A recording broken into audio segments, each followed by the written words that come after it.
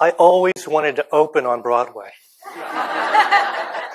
And, you know, whoever thought a bald guy who can't sing, can't act, can't dance would get this chance? So there must be something moving through me that makes someone want to do that. And I think purpose is the only thing that would have gotten me on the stage. So thank you very much. So I just realized that my girls who are into fashion, they're like, Dad, you can't wear those clothes if you're going to open on Broadway. You know, so they've had a lot of fun playing with me on this. And I don't think Alan Cummings has to worry about me taking over cabaret.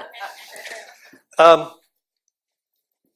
want to take us back about 7 years.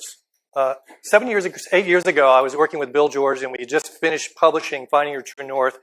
We were rolling out a lot of material around authentic leadership and what is it, and really bringing it into organizations. And in the program, we would do a 3 or 4 day program. There was a point somewhere toward the end of day 2 where we would work with a group of 6 senior executives, helping them get clarity on their purpose. At the time, it was one of about 7 or 8 modules. And it was just one of them. And the challenge we had was that most of what people came up with was tired, bored language about their purpose.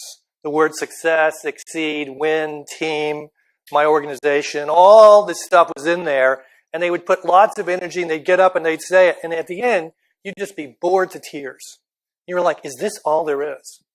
So what I want to do with you today is give you an experience of what we've learned and some of the ways in which we've started to help people truly step into that magic of who they are.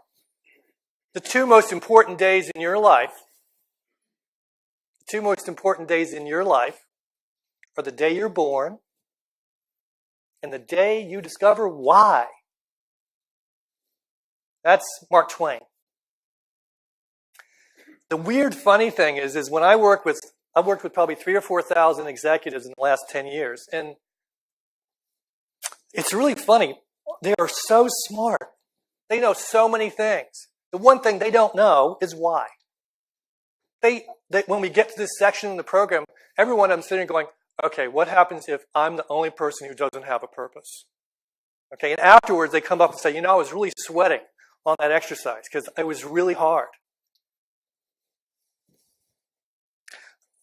I think 1 out of 10 probably have some version of a purpose that is compelling.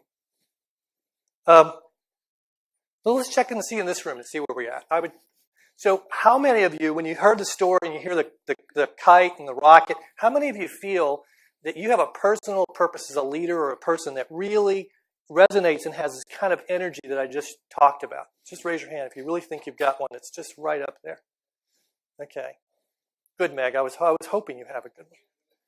Now, notice there's some hands that went up, and it's about the percentage. It's about 20%. How many of you work for an organization that has a really compelling purpose, that really calls to you? Raise your hand. Yeah.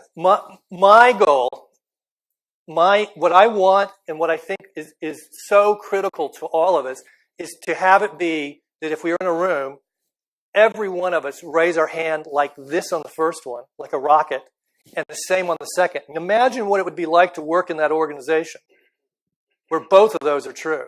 That's what I'm here. That's what we've been working on. That's what I want to talk to you about today, because I believe that if you look at the companies that are truly compelling in the world, that are truly knocking everyone's socks off, they have that. And I think that as leaders, for ourselves, if we're helping others become leaders, we have to have that. But then we've got to help them access that part of themselves as well.